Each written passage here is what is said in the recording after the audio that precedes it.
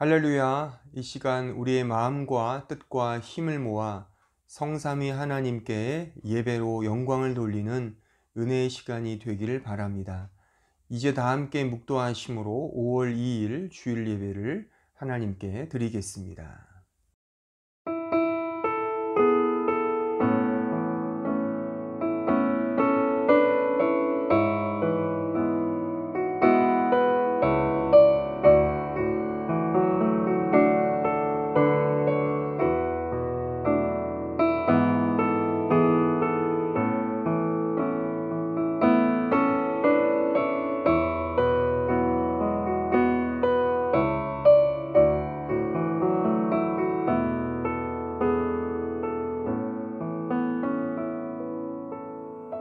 하나님은 영이시니 예배하는 자가 신령과 진리로 예배할지니라.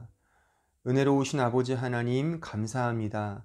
한 주간도 저희들을 눈동자와 같이 보호하시고 인도해 주심을 진심으로 감사합니다. 모든 것이 하나님의 은혜이며 하나님의 그 사랑의 열심임을 고백합니다. 이 시간 우리의 마음과 뜻과 힘을 모아 하나님을 예배하며 경배하오니 이 예배를 받아주시며 우리 안에 예수 그리스도를 아는 그 지식의 너비와 길이와 높이와 깊이가 더 풍성해지는 은혜의 시간으로 역사하여 주옵소서.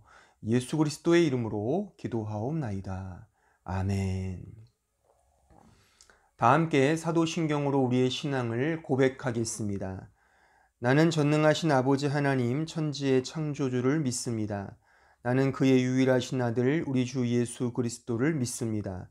그는 성령으로 잉태되어 동정녀 마리아에게서 나시고 본디오 빌라도에게 고난을 받아 십자가에 못 박혀 죽으시고 장사된 지 사흘 만에 죽은 자 가운데서 다시 살아나셨으며 하늘에 오르시어 전능하신 아버지 하나님 우편에 앉아 계시다가 거기로부터 살아있는 자와 죽은 자를 심판하러 오십니다.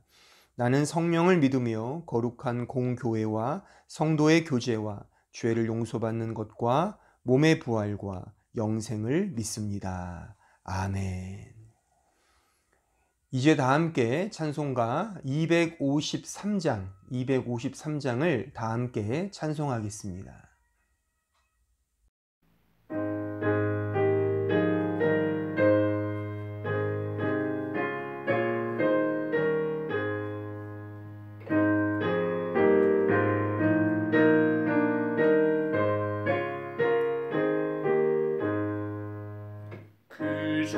자비하신 주님 날 불러주시고 주 귀한 보혈 흘려 날 씻어주시니 내 죄가 흉하여도 날 깨끗게 하사 그 귀한 보혈로서 날 구원하시네. 그 크신 주의 사랑 날 주께 이끌어 그 넓은 주의 마음 날 용서하시네. 그 크신 주의 은총 큰 기쁨 주시며 나 주의 영광 잔치 참여케 하시네.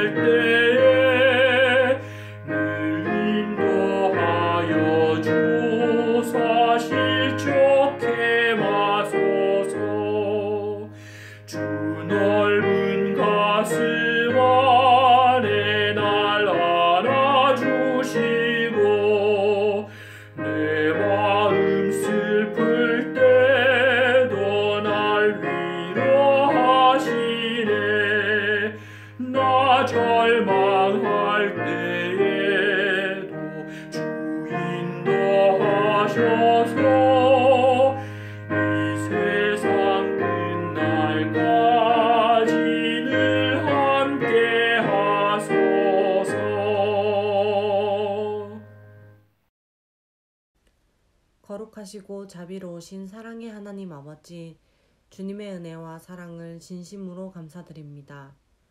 오늘도 주 앞에 나와 주님을 사모하는 마음으로 함께 예배드리는 시간을 허락하여 주셔서 감사합니다. 여전히 코로나로 인해 너무나 힘들고 어려운 시간을 보내고 있습니다. 온 성도가 함께 모여 예배드리지 못하고 교제도 나누지 못하지만 우리에게 주어진 모든 순간마다 주님을 바라보며 각 가정에서 온전한 예배를 드릴 수 있도록 도와주세요. 오늘 영상 예배를 통하여 하나님을 깊이 만나고 우리를 향하신 하나님의 사랑과 은혜를 풍성하게 누리게 하시며 그 사랑을 우리 이웃 사람들에게 나누어 줄 수 있도록 해주세요. 사랑하는 주의 어린 자녀들 또한 오랜 시간 동안 함께 모여 예배드리지 못하고 있습니다. 비록 각 가정에서 예배드리지만 교회에서 드리는 예배와 같은 은혜가 임하게 해주세요. 또한 어릴 때부터 예수님을 배우고 알아가므로 예수님을 닮아가는 귀한 주의 자녀들 되게 하시고 주님 주시는 비전을 품고 이 땅 위에 주님 나라를 세워가는 귀한 인물들로 자라게 해주세요. 독일은 또 한 번 재봉쇄를 시작했습니다. 몇 번이고 되풀이 되고 끝이 보이지 않는 이 상황 속에서 정신적으로 그리고 경제적으로 힘든 가운데 있사오니 하루빨리 회복되어 제자리를 찾을 수 있도록 도와주세요. 은혜의 힘으로 어려운 환경과 상황들을 뛰어넘게 하시고 가정과 일터에서 구원의 기쁨을 누리며 살아가게 해주세요. 오늘 주시는 하나님의 귀한 말씀으로 매일매일 더욱 하나님의 형상을 닮아가는 삶을 살게 해주세요. 예배를 위해 섬기고 봉사하는 헌신의 손길들을 기억하시고 저들의 삶을 축복하여 주세요. 하나님 홀로 영광 받으시길 원하며 예수님의 이름으로 기도드립니다. 아멘.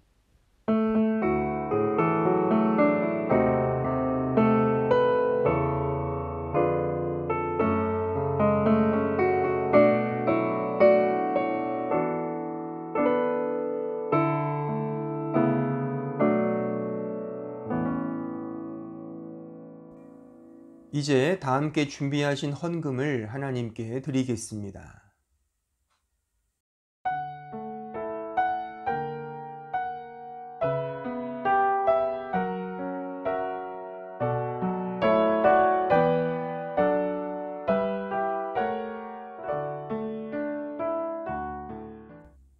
기도하겠습니다. 은혜로우신 주님 감사합니다. 이 시간 우리의 마음을 이 헌금에 담아 드립니다. 이 헌금을 받아주시며 부족하고 연약하지만 저희들의 마음과 믿음 또한 받아주시옵소서. 이 헌금이 쓰여질 때에 주께서 인도해 주시사 복음의 도구로 잘 사용될 수 있도록 축복하옵소서. 하나님 아버지, 우리 모든 사랑하는 주의 백성들, 한마음교회 성도들 각자의 삶에 간섭하시며 인도해 주심을 믿습니다. 힘들고 어려운 상황이지만 눈을 들어 하나님을 바라보며 하나님께 소망을 두는 거룩한 백성들이 되게 하여 주옵소서. 또한 코로나 상황이 힘든 국면으로 치닫고 있습니다. 주님, 은혜를 베풀어 주셔서 지금 고통을 당하고 죽어가는 많은 사람들이 있는데 하나님 위로해 주시고 힘을 주시고 용기를 주시며 또한 속히 이 코로나 상황이 종결될 수 있도록 주님 은혜와 긍휼과 자비를 베풀어 주시옵소서. 우리의 힘이 연약합니다. 우리는 아무것도 할 수 없습니다. 또한 저희들은 너무나도 교만했습니다. 우리가 모든 것을 할 수 있노라라고 자고했습니다. 주님, 저희들을 불쌍히 여겨주시며 용서해 주시사 이 모든 어려운 환경과 국면이 속히 종결될 수 있도록 긍휼과 자비를 베풀어 주시옵소서. 이 예배에 참여하는 모든 성도들 한 사람 한 사람 마음속에 간절함을 주시며 복음에 대한 사모함을 주시며 은혜를 더하여 주셔서 오직 하나님 없이는 살 수 없음을 고백하며 나아가는 이 시간 될 수 있도록 역사하여 주옵소서. 예수님의 이름으로 기도하옵나이다. 아멘. 오늘 우리에게 주시는 하나님의 말씀을 봉독하겠습니다. 로마서 5장 3절로 4절의 말씀입니다.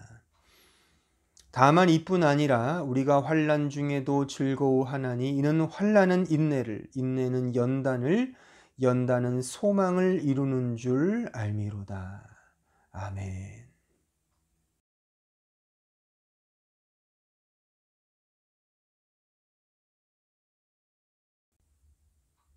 로마서 강의 53번째 시간입니다. 오늘은 우리가 로마서 5장을 지금 생각해 보고 있는데 믿음으로 말미암아 구원을 얻은 신자는 이제 하나님의 영광의 소망 안에서 즐거워한다는 사실을 배웠죠. 근데 이 소망 안에서 즐거워한다는 것은 지난주의 말씀으로 이해하면 환난을 겪는다라고 하는 사실을 또한 우리는 확인했습니다.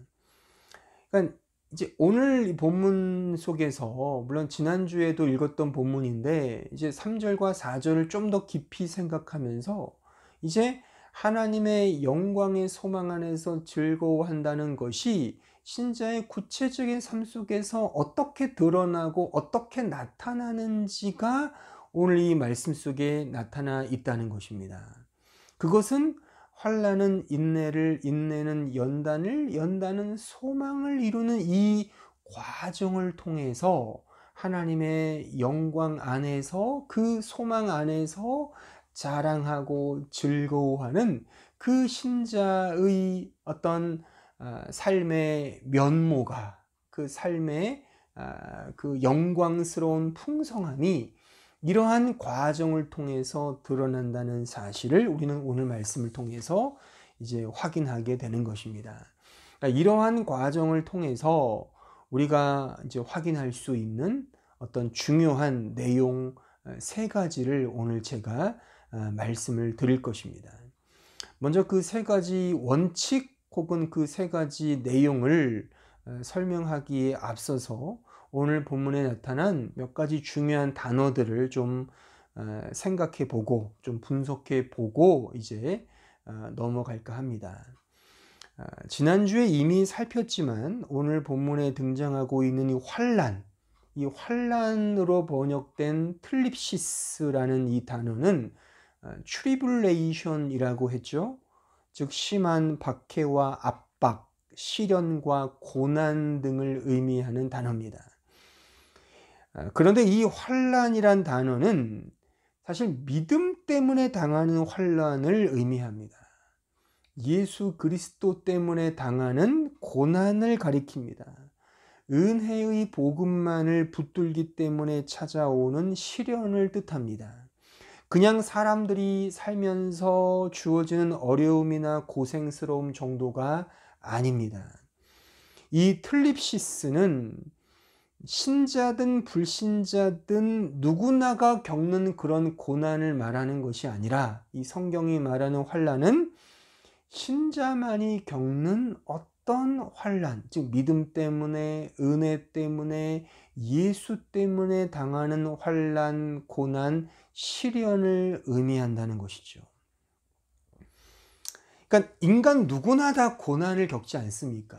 인간 누구나 다 어려움과 고생스러움을 겪는 것은 인지상정입니다. 가령 지금 우리가 당면하고 있는 이 코로나 이 상황, 이것은 신자든 불신자든 누구나 겪고 있는 어려움입니다. 그렇죠? 예수를 믿는다고 덜하거나 예수를 믿지 않는다고 더하지 않습니다. 혹은 그 반대도 아닙니다. 예수를 믿는다고 더하거나 예수를 믿지 않는다고 덜하지 않습니다. 누구나가 겪는 고생이며 고통이라고 하는 사실이죠. 그러니까 예수를 믿든 믿지 않든 우리 인생의 실존은 말 그대로 고난과 어려움과 환난과 어려움 이런 것들의 연속이라고 하는 것이죠. 이것이 말하자면 삶의 어떻게 보면 정상적인 이치라고 말할 수가 있습니다. 그렇죠? 그러니까 삶의 의욕도 없이 게으름을 피우면 가세가 기울고 어려움을 겪는 것이 인지상정이죠. 믿지 않는다고 더 어려움을 겪는 것은 아닙니다. 또 믿는다고 더 나아지는 것도 아닌 것이죠. 그러니까 기독 학생이 공부를 하지 않으면 아무리 기도를 많이 해도 좋은 점수를 얻을 수가 없는 것이죠. 그래서 선생님으로부터 꾸지람을 듣고 부모로부터 욕바가지를 먹는 이유가 공부를 안 해서이지 믿음이 없어서가 아니라는 겁니다.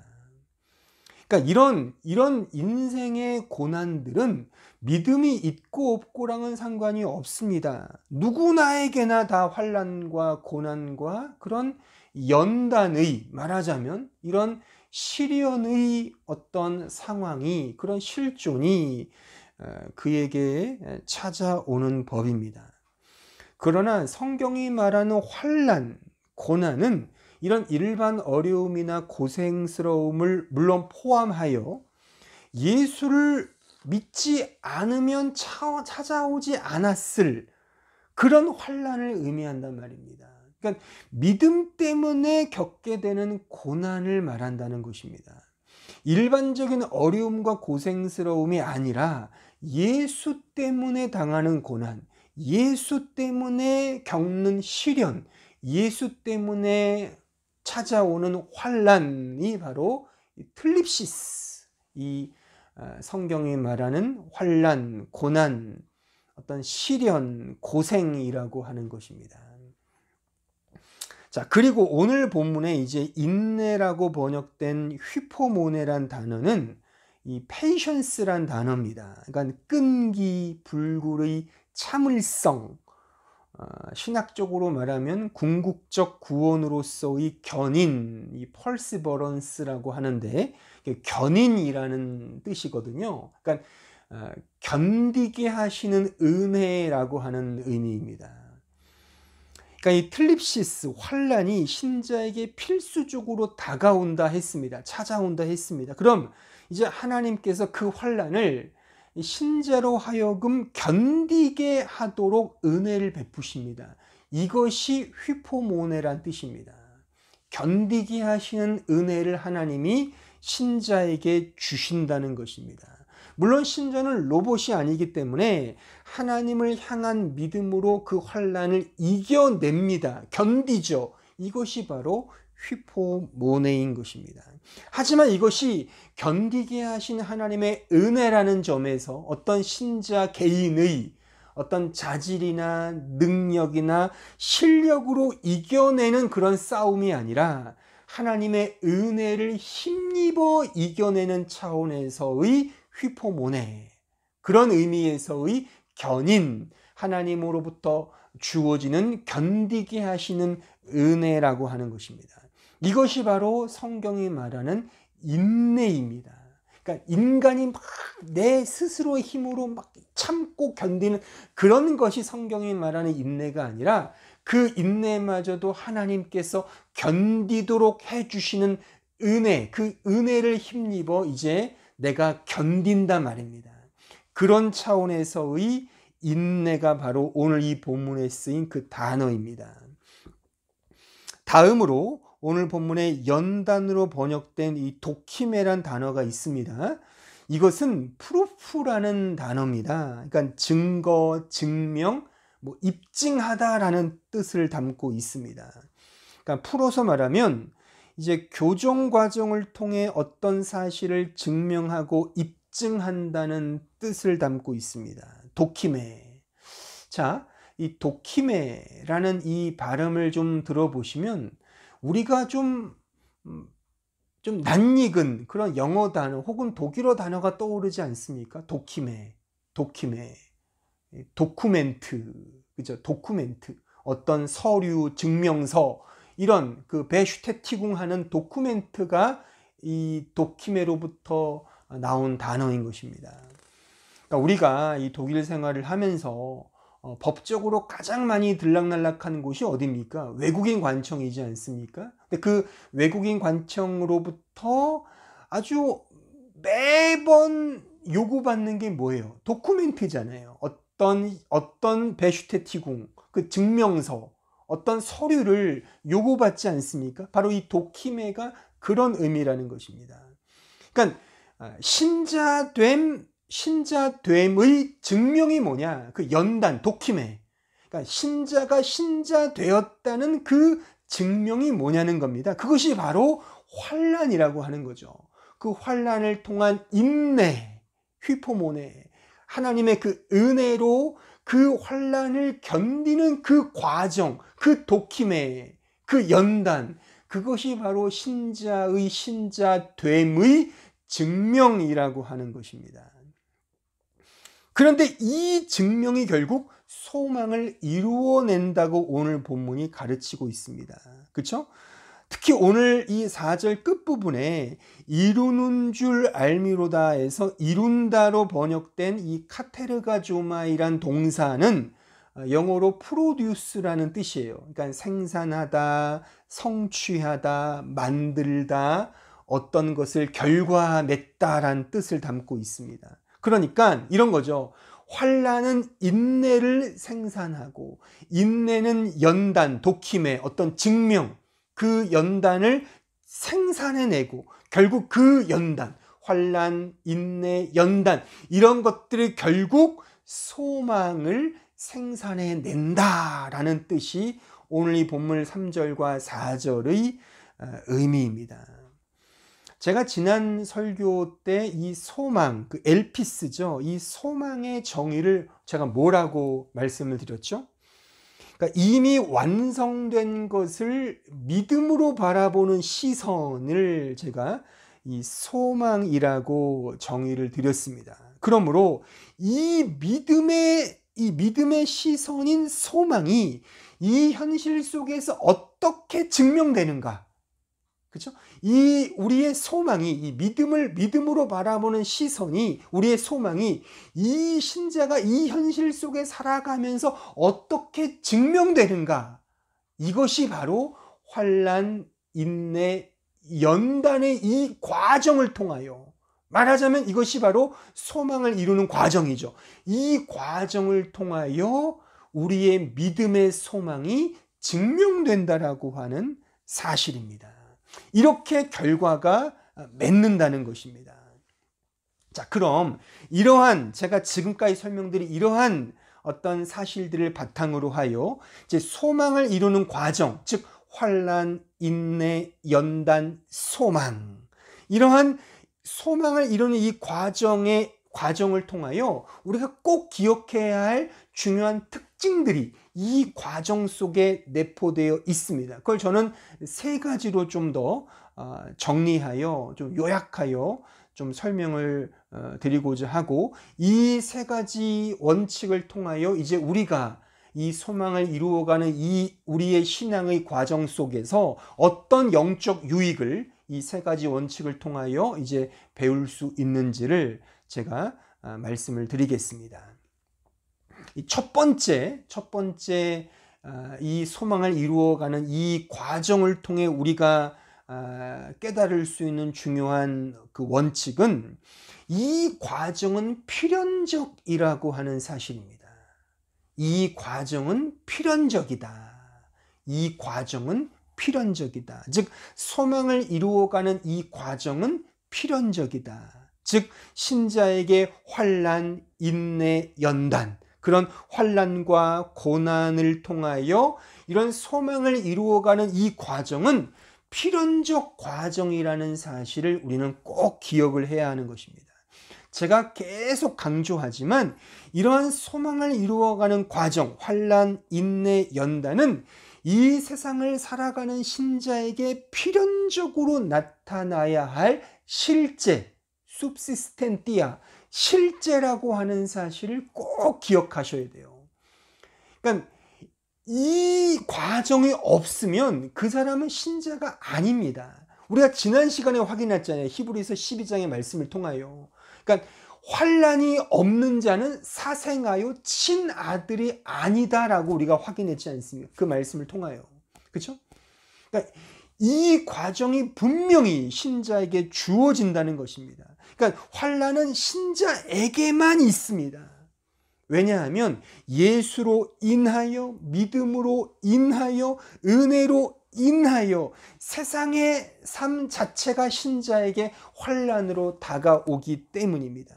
그러니까 성경에 등장하는 모든 교회들, 모든 성도들, 신자들 치고 환난에 처해지지 않은 그런 사람, 그런 교회는 하나도 없습니다. 자, 요한계시록 2장 10절로 한번 가보겠습니다. 너는 장차 받을 고난을 두려워하지 말라. 볼지어다 마귀가 장차 너희 가운데서 몇 사람을 옥에 던져 시험을 받게 하리니 너희가 10일 동안 환난을 받으리라. 내가 죽도록 충성하라. 그리하면 내가 생명의 관을 내게 주리라.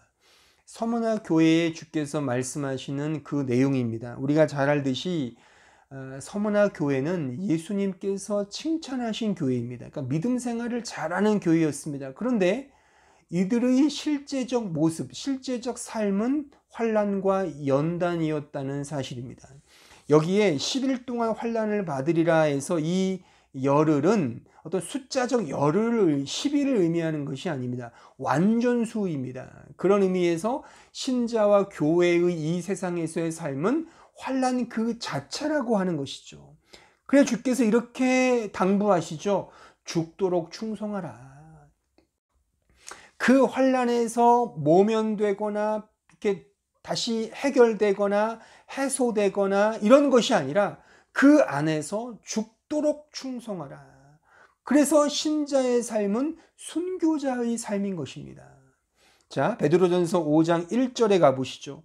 너희 중 장로들에게 권하노니 나는 함께 장로된 자요 그리스도의 고난의 증인이요 나타날 영광에 참여할 자니라. 여기에 증인으로 번역된 마르투스란 이 단어는 물론 증인, 그 위트니스란 단어도 그 뜻도 있지만 이 마르터라는 순교자라는 뜻이 더 어원적으로 가깝습니다.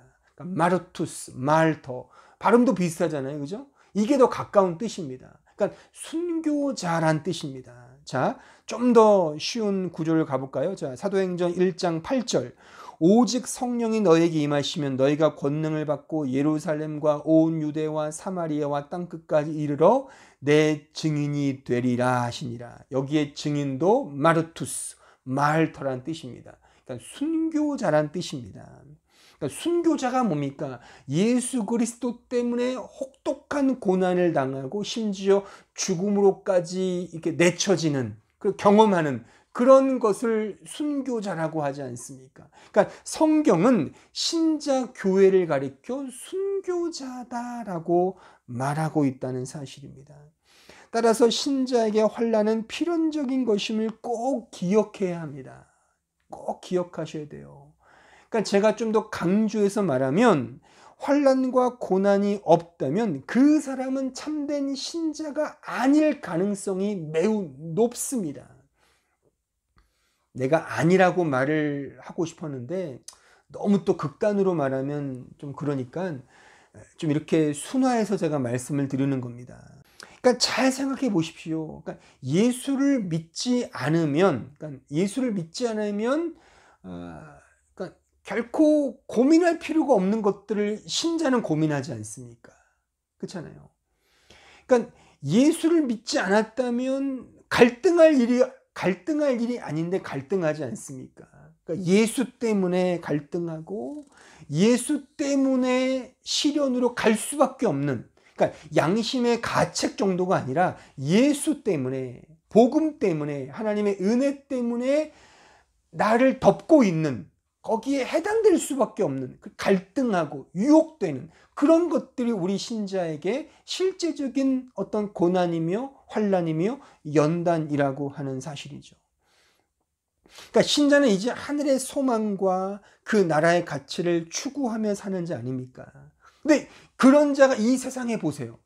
이 세상에 널려 있는 것들이 다 뭡니까? 각종 어떤 우리 세속적 욕망을 채우는 유흥 도구들, 중독성 강한 욕망거리들이 다 질비해 있지 않습니까? 이런 것들과 맞닥뜨리면서 우리는 분명 갈등하고 그런 유혹 때문에 환난에 처하는 거죠. 겪는 거죠. 이것이 신자가 이 세상에서 겪는 믿음 때문에, 예수 때문에 겪는 환난이요 고난이라고 하는 사실입니다. 세상은 돈을 왕처럼 사랑합니다. 그렇죠? 물론 신자 역시도 돈을 좋아합니다. 그러나 신자는 돈의 노예가 아니죠. 주님의 노예이지 돈의 노예는 아닙니다. 물론 불신자들 중에서도 돈의 노예가 되지 말아야 하겠다라는 그런 양심적 발동이 일어나기도 합니다만, 우리 신자는 더욱더 우리는 우리 주님을 우리의 주인으로 모시며 살아가는 존재이기 때문에 더욱더 돈, 그 물질을 경계하는 법이죠. 그래서 더 많이 베풀고 더 많이 희생하는 것이 우리 신자의 삶 아닙니까? 이것이 우리의 상급이기 때문이 아니라 예수 때문에, 복음 때문에, 은혜 때문에 그렇게 사는 자가 되는 것이죠. 근데 이런 것들, 이런 삶의 연속이 우리에게 갈등과 번민과 그래서 고난으로 찾아온다는 사실인 것입니다.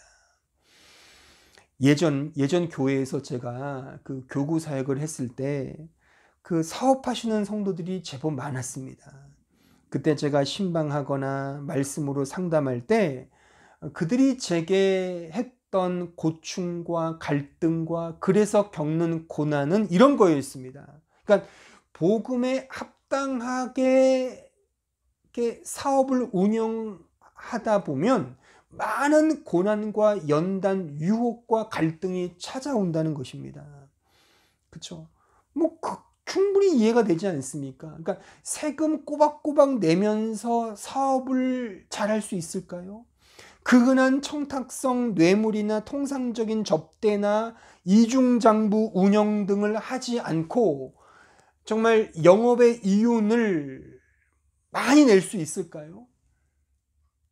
이거는 넌센스라는 것입니다. 물론 그 개인의 욕심 때문에, 너무 과도한 욕망 때문에 그렇게 되는 경우가 더 많겠지만, 그러니까 크리스찬 사업가가 갖는 그 갈등이 있단 말입니다. 다 한단 말이에요. 대부분의 사업가들이, 사업자는 다 그렇게 그런 일들을 갈등 없이 하는데, 크리스찬 사업가들은 고민해야죠. 그렇게 할 수가 없잖아요. 아무리 그렇게 잠깐 눈을 징끈 감고 하면 이윤이 떨어지지만, 이게 하나님 앞에, 복음에 합당한 삶을 살아가는 신자가 그렇게 할 수가 없지 않습니까? 그래서 갈등하고 고민하지 않습니까? 널려 있는 게 유혹이지만 그 유혹과 싸워야 하니까. 그래서 크리스천 사업가들이 힘든 거라 그겁니다. 이 신자에게 찾아오는 필연적 환난이 바로 이런 거라는 것입니다. 학생들에게 시험은 매우 중요합니다. 그런데 월요일에 시험이 있다고 생각해 보세요. 그럼 기독 청년이라면, 기독 학생이라면 고민하겠죠. 갈등합니다. 주일 예배를 정상적으로 드려야 할까? 한 주 정도 빼먹어도 땡땡이 치지 괜찮지 않겠어? 하나님도 이해해 주시겠지라고 아마 생각할 겁니다. 물론 하나님은 이해해 주십니다. 하지만 참된 기독 청년이라면 갈등하고 번민하는 것이 분명할 것입니다. 만약 그렇게 쿨하게 아무런 거리낌 없이 주일 예배에 땡땡이 치는 것이 거리낌이 없다, 그는 참된 신자가 아니겠죠. 갈등한단 말입니다. 고민한단 말입니다. 이런 환난과 고민, 이런 것들이 신자, 그 기독 청년에게는 말하자면 환난일 수 있다는 것입니다. 일반 청년들은 고민할 필요가 없는 거잖아요. 왜? 주일은 그냥 일요일은 노는 날이지, 그들에게 더 교회에 매이거나 더 예배에 매이거나 더 헌신하거나 섬교해야 하는 그런 어떤 양심의 울림은 전혀 없죠. 하지만 신자는 다르다는 겁니다. 그 자체가 고민이라고 하는 것이죠. 그것이 환난이며 고난이라고 하는 것입니다. 신자로서, 예수를 믿는 자로서, 복음에 합당하게 살아가야 하는 자로서 이러한 갈등, 고민, 그로 인해 갖게 되는 고난과 고생이 단 한 번도 떠오르지 않는다면 그 사람은 죄송하지만 썬데이 크리스천에 불과한 것입니다. 그냥 교회만 왔다 갔다 하는 것이지 예수를 진짜 믿는 신자가 아닌 것입니다. 이 엄중한 저의 말을 잘 귀담아 들으셔야 됩니다. 만약 내가 그렇다면 회개하셔야 합니다. 그리스도인이라는 말은 예수 그리스도의 통치를 받는 자란 뜻입니다. 우리의 주인은 내 자신이 아니요 이 세상이 아니며 오직 예수 그리스도라는 뜻입니다. 이렇게 살아가는 겁니다. 이 고백을 가지고 주님을 나의 주인 삼아 살아가는 자가 바로 그리스도인이라고 하는 것입니다. 이런 고백과 실천이 얼마나 순교자적 의미냐면 초대교회 때는요, 오직 로마 황제 가이사만이 이 큐리오스, 주인, 주님이라는 호칭을 받았습니다. 그런데 예수 그리스도, 그가 우리의 큐리오스다라고 고백하면 그 즉시 사자굴에 던져지거나 화형에 처해지거나 그 엄청난 죽음과 핍박이 그들에게 찾아왔습니다. 대중들 앞에서 비웃음과 조롱거리로 죽었던 그런 상황이었던 것입니다. 이 큐리오스라는 고백이 그 정도로 순교자적 의미였다는 것입니다. 이런 의미에서 여러분들은 순교자적 마음과 자세로 지금 이 시대를 참된 신자로 살아가고 있는지를 스스로에게 물으셔야 하는 것입니다. 이런 의미에서 신자의 삶은 필연적으로 고난과 환난이라고 하는 사실을 우리는 꼭 기억해야 합니다. 둘째, 이 소망을 이루는 과정은 은혜입니다. 이 과정은 은혜입니다. 이 소망의 과정을 이루시는 분은 오직 하나님이십니다. 하나님이 이 소망을 생산해내시는, 즉 카테르가조마이, 생산해내시는, 그렇게 이루어 가시는 분은 오직 하나님이십니다. 우리에게 견디게 하시는 은혜를 베푸십니다. 이 소망을 이루는 과정은 인간의 노력과 행위로 시작되거나 이루어지는 것이 아니라 하나님의 은혜의 역사라는 사실을 꼭 기억해야 합니다. 다시 말해서 이 은혜에 들어감을 얻어서 생겨난 결과라는 사실입니다. 하나님의 은혜로 예수 그리스도 안에서 믿음으로 말미암아 이 은혜에 들어감을 얻었기 때문에 이런 소망을 이루는 과정에 참여하게 되었다는 사실입니다. 자, 이런 맥락에서 오늘 본문, 지난 본문이죠. 로마서 5장 1절로 2절 말씀을 읽어보겠습니다. 그러므로 우리가 믿음으로 의롭다 하심을 받았으니 우리 주 예수 그리스도로 말미암아 하나님과 화평을 누리자. 또한 그로 말미암아 우리가 믿음으로 서 있는 이 은혜에 들어감을 얻었으며 하나님의 영광을 바라고 즐거워하느니라.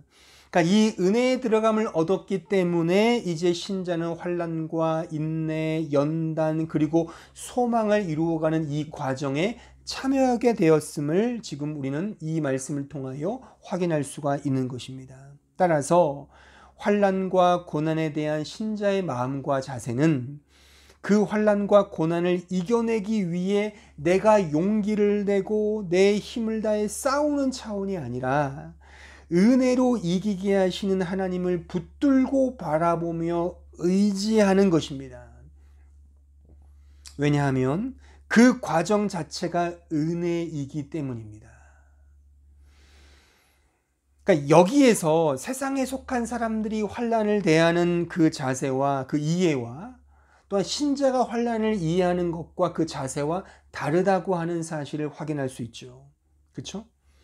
그러니까 누구나가 환난을 겪지만 신자는 그 환난을 통하여 내가 그것을 이겨내는 나에게 초점을 맞추는 것이 아니라 또한 그 환난 자체에도 초점을 맞추는 것이 아니라 그 환난을 통하여 하나님을 의지하고 하나님을 신뢰하게 된다는 것이죠. 왜요? 그 모든 과정이 하나님의 은혜이니까. 그런데 문제는 우리는 종종 우리 자신이 받는 환난을 매우 그릇되게 이해하곤 한다는 사실입니다. 그러니까 환난에 대해서 그 환난을 이겨내는 내 노력과 행위의 결과를 뽐내는 차원에서 이해한다는 것입니다. 이것은 환난마저도 자기중심적으로 이해하고자 하는 죄의 습성을 보여줍니다. 환난을 통해 하나님을 붙들고 하나님을 의지하며 하나님을 더 사랑하는 것이 아니라 그 환난을 이겨내는 나 자신의 특출함을 뽐내어 자기 자랑의 수단으로 그 환난을 접목시킨다는 사실이죠. 이런 식으로 환난의 과정을 이해하면 이 환난을 미화시키게 되거나 혹은 타인의 환난과 고난에 대해서 매우 판단적 시선으로 바라보게 된다는 것입니다. 그러니까 환난은 누구나에게나 다 힘든 것임에 틀림이 없습니다. 신자라고 해서 넉넉히 이기는 과정이 아닙니다. 결코 가벼운 짐이 아닌 것입니다. 세상 사람들이 힘들어하는 것처럼 신자에게도 그 환난은 힘들고 고되며 짜증나고 버거운 것이 사실입니다. 따라서 환난은 쉽다, 나는 쉽게 극복했다, 이건 아무것도 아니다 라고 함부로 말해서는 안 됩니다. 또한 그 환난을 겪고 있는 남을 쉽게 판단해서도 안 되는 것입니다. 그 환난을 극복하고 이겨내는 것이 마치 신자의 고급한 성화인 양 이해해서도 곤란합니다. 왜냐하면 환난의 진정한 의도와 의미는 그것을 이겨내는 데 있지 않고 그것을 통해 하나님을 붙들고 의지하며 하나님을 더욱 사랑하게 하는 것이기 때문입니다. 이겨내는 것이 목적이라면 은혜는 사라지고 그 환난을 이겨낸 인간적 훈장과 벼슬만이 남게 될 것입니다. 그것이 기독교가 말하는 성화가 아닙니다. 그러니까 말하자면 나는 이런 환난 중에서도 참을성이 강하고 인내심이 강해 라는 것으로 가면 하나님께서 신자에게 환난을 주신 의도가 아니라는 것입니다. 중요한 것은 그 환난 자체가 아니라 그 환난을 통해 하나님을 향하여 살도록 하나님을 향한 믿음으로 가게 하기 위해서 그 환난을 주셨다라는 것입니다. 환난은 그 믿음을 위한 하나의 도구에 지나지 않습니다. 그런데 그 도구인 환난 자체를 즐기는 경향이 생길 수 있음에 우리는 유의해야 합니다. 마치 세디즘이라고 하죠. 그러니까 가학적 변태 소욕을 말하는 거죠. 막 폭력을 가하거나 스스로에게 그렇게 함으로써 희열과 카타르시스를 느끼는 것, 이런 세디즘에 중독된 그런 성화론이 아닙니다. 성경이 말하는 환난은 그런 것이 아닙니다. 환난은 인간의 성숙과 인격 도야를 드러내기 위해 주어진 것이 아닙니다. 환난을 통해서 예수 그리스도를 더욱 신뢰하며 믿도록 하기 위해 주어진 것이 환난이며 고난입니다. 이런 점에서 기독교의 성화론을 잘 이해하셔야 합니다. 물론 제가 앞으로 더 자세히 제가 설명할 때가 오겠지만 성화는 자신의 인격적 성숙을 드러내기 위한 수단이 아닙니다. 이렇게 되면 기독교의 성화는 도덕경을 읽고 대인배가 되거나 금강경을 연마하여 성불에 이르는 그런 불교와 유교의 가르침과 별반 다를 것이 없습니다. 기독교의 성화는 그런 것이 아닙니다. 기독교의 성화는 예수 그리스도를 더 잘 믿고 의지하는 것입니다. 이제 내 실력이 이만큼 컸으니 이제 이 정도는 내 실력으로도 충분해요. 하나님 괜찮아요. 도움 필요 없어요. 내가 할 수 있어요. 이게 성화가 아니란 말입니다. 그러니까 내가 커지는 것이 아니라 그리스도를 향한 믿음이 깊어지는 것입니다. 이것이 기독교가 말하는, 성경이 말하는 성화, 거룩해진다, 거룩하게 되어간다, 그 성화 교리의 핵심입니다. 소망에 이르는 과정은 신자에게 절대적으로 필연적이면서 동시에 전적인 하나님의 은혜라는 사실을 우리는 꼭 기억해야 합니다. 셋째, 이 소망을 이루는 과정, 이 과정은 영광의 풍성함입니다. 영광의 풍성함.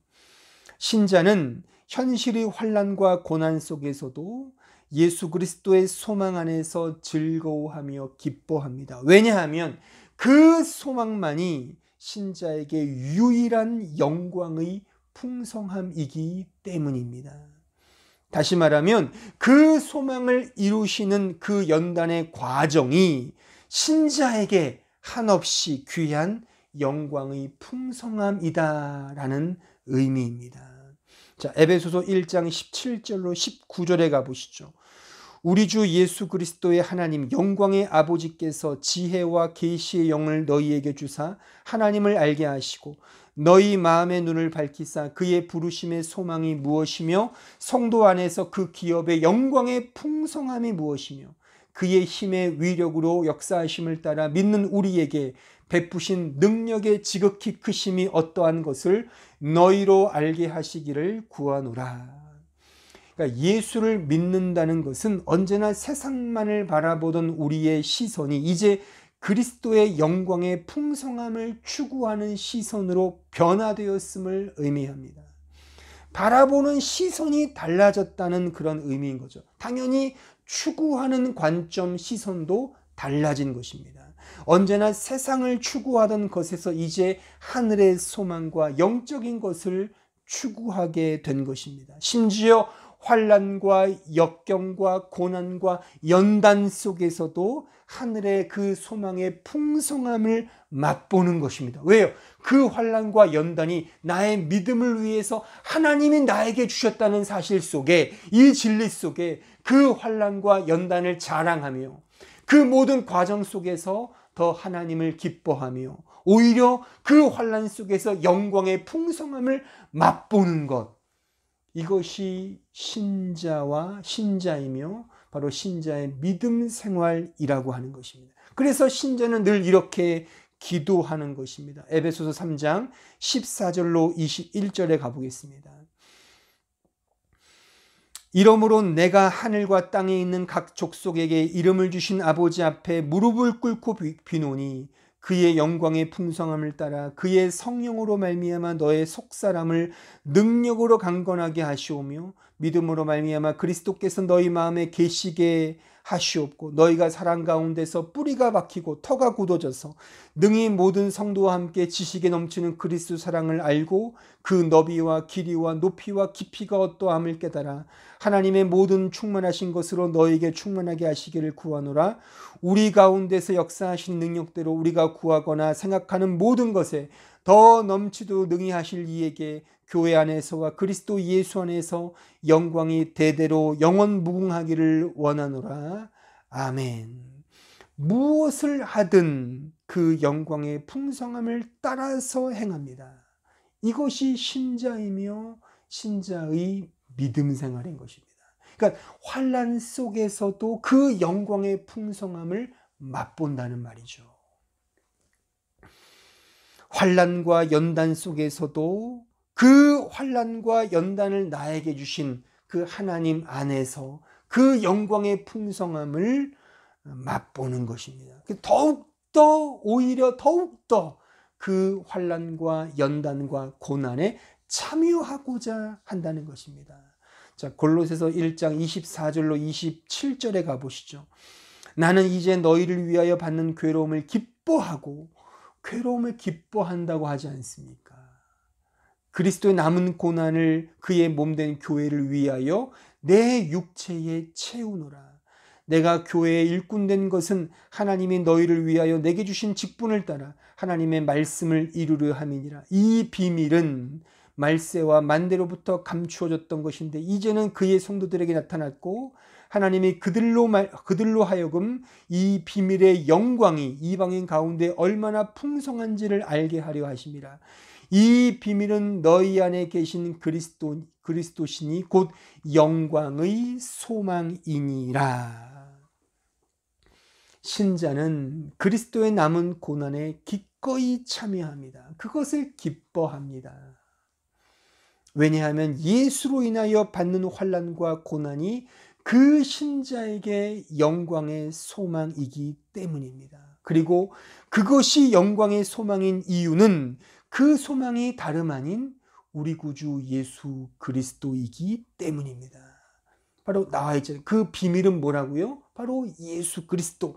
그가 바로 우리의 영광의 소망이다. 예수 때문에 그 고난에 더 참여하는 겁니다. 예수를 아는 그 지식의 너비와 길이와 그 높이와 깊이가 더 충만해지기 때문에 오히려 기꺼이 기쁨으로 그 환난과 고난에 참여한다는 것입니다. 왜요? 예수 때문에. 예수 때문에. 그래서 이런 가사가, 찬송가 가사가 있잖아요. 높은 산이 거친 들이 초막이나 궁궐이나 내 주 예수 모신 곳이 그 어디나 하늘나라. 그러니까 어떤 환경과 여건이 중요한 것이 아니라는 거예요. 오직 내 주 예수 모신 그곳이 나에게는 영광의 하늘나라다 라고 고백하는 것입니다.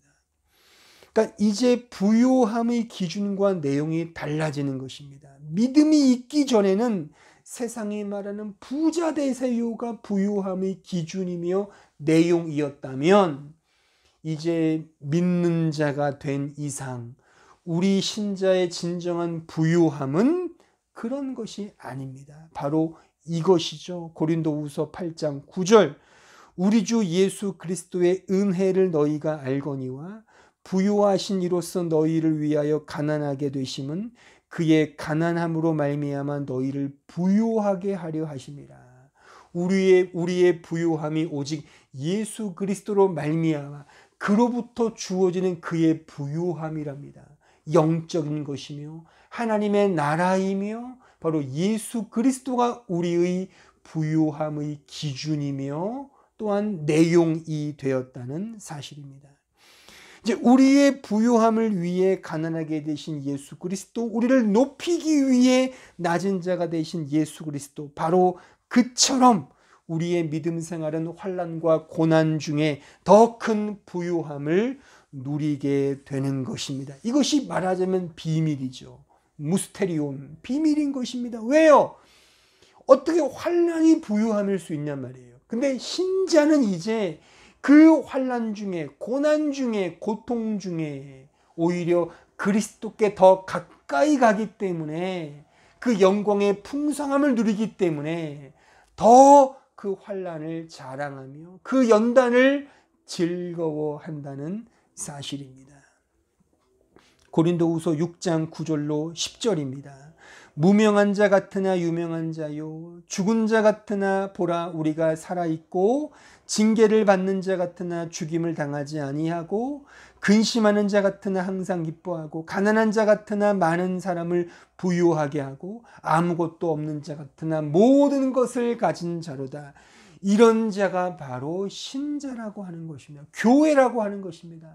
신자와 교회는 오히려 더 고난과 환난과 연단 중에서 더 기뻐하고 감사하며 자랑하는 것입니다. 왜요? 그 안에서 예수께로 더 가까이 가며 예수만이 주시는 그 부요함, 그 영광의 부요함을, 그 풍성함을 누리기 때문인 것입니다. 오늘의 말씀을 맺겠습니다. 환난은 인내를, 인내는 연단을, 연단은 소망을 이룹니다. 이 소망을 이루는 과정은 신자에게 분명 환난으로 시작됩니다. 그래서 인내와 연단으로 갑니다. 하지만 그것이 결국 소망을 이루는 것입니다. 결국 예수 그리스도만을 붙드는 믿음의 소망으로 결과 맺게 된다는 것입니다. 그러므로 이것은 신자의 삶 속에 필연적으로 찾아옵니다. 분명 혹독하고 힘든 고난의 길이며 십자가의 길이며 순교자의 길인 것입니다. 하지만 이 과정이야말로 신자에게 말로 다 할 수 없는 영광의 풍성함임을 우리는 오늘 말씀을 통하여 확인했습니다. 환난과 고난이지만 동시에 소망과 영광이라는 사실을 말이죠. 매우 역설적이지 않습니까? 그래서 성경은 이것을 비밀, 무스테리온이라고 말하는 것입니다. 여러분들은 이 복음의 비밀, 무스테리온을 아십니까? 이 비밀의 도쿠멘트를 가지셨습니까? 그렇다면 축하를 드립니다. 이 복음학교, 이 비밀 과정에 입학하신 여러분들을 진심으로 축하드리고 축복합니다. 하지만 동시에 이제 죽도록 충성하셔야 합니다. 믿는 자요, 죽도록 충성하십시오. 기도하겠습니다. 오늘 말씀을 생각하시면서 우리 자신은 과연 이 복음의 비밀을 아는 자인지, 환난과 연단 속에서 눈을 들어 하나님을 바라보며 예수 그리스도를 향한 믿음으로 반응하고 있는지 우리 자신을 깊이 성찰하면서 회개하는 마음으로 다 함께 통성으로 기도하겠습니다. 은혜로우신 주님, 저희들을 붙들어 주시고 인도해 주셔서 하나님의 은혜가 은혜를 있도록 축복해 주시고 역사해 주옵소서.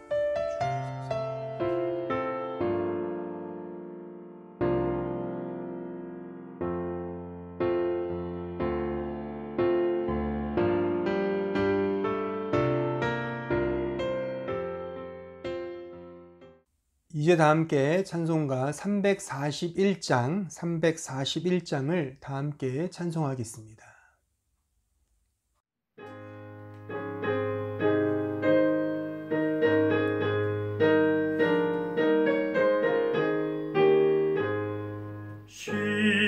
십자가를 내가 지고 주를 따라갑니다. 이제부터 예수로만 나의 법에 삼겠네. 세상에서 부귀 영화 모두 잃어버려도 주의 평안 내가 받고 영생 복을 받겠네. 주도 곤욕 당했으니 나도 곤욕 당하리. 세상 사람 감사하나 예수 진실합니다.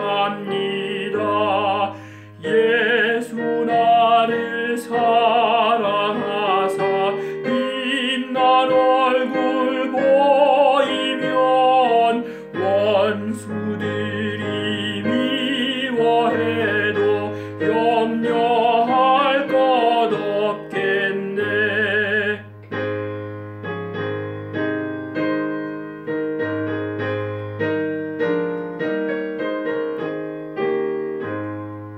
내가 핍박당할 때에 주의 품에 안기고 세상 고초 당할수록 많은 위로 받겠네. 주가 주신 기쁨 외에 기뻐할 건 무엇냐. 주가 나를 사랑하니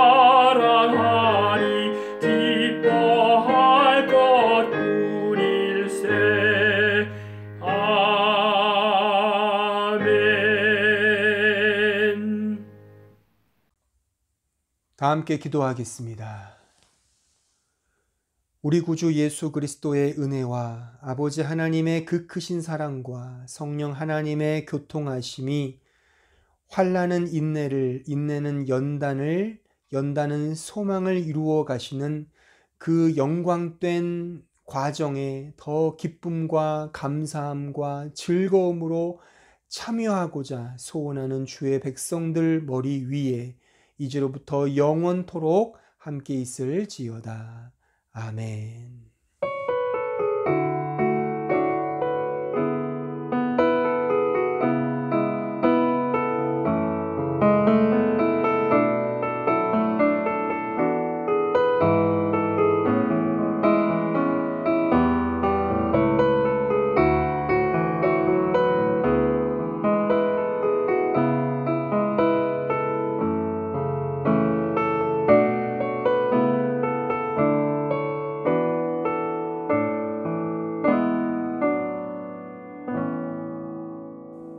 교회 소식을 알려드리겠습니다. 오늘도 예배에 참여하신 모든 성도들께 주의 은혜와 평강이 늘 함께하길 진심으로 기원합니다.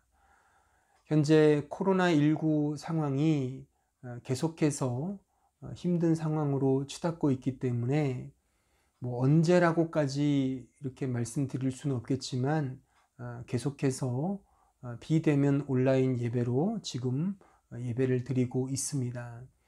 물론 상황이 조금 좋아지면 대면 예배로 또한 전환하고자 합니다. 계속해서 또 기도해 주시고 향후에 그 예배에 대한 부분은 결정이 되면 신속히 공지를 드리겠습니다. 그 공지 내용을 잘 참고해 주시면 좋겠습니다. 그 전까지는 힘들고 좀 어렵지만 좀 답답하지만 이렇게 좀 영상 예배로 또 마음을 같이 하셔서 힘을 다해서 뜻을 다해서 예배에 잘 참여해 주시기를 당부를 드리겠습니다. 다음 주 회중기도 순서 보시고 늘 말씀을 드리지만 말씀을 따라 또 은혜를 따라 잘 준비하셔서 이 기도회에 임해 주시기 바랍니다. 아무쪼록 한 주간도 오늘 들은 말씀을 또 잘 기억하시고 어떠한 환난과 또 인내가 필요하고 또 연단의 과정이지만 그 안에서 우리 신자만큼은 그 예수 그리스도의 영광을 바라보며 기뻐하고 즐거워하며 자랑할 수 있다는 오늘 들은 말씀을 마음에 새기시면서 믿음으로 반응하시고 주님만을 온전히 신뢰하며 의지하는 참된 주의 백성들이 되길 진심으로 바랍니다. 감사합니다. 다음 주에 뵙겠습니다.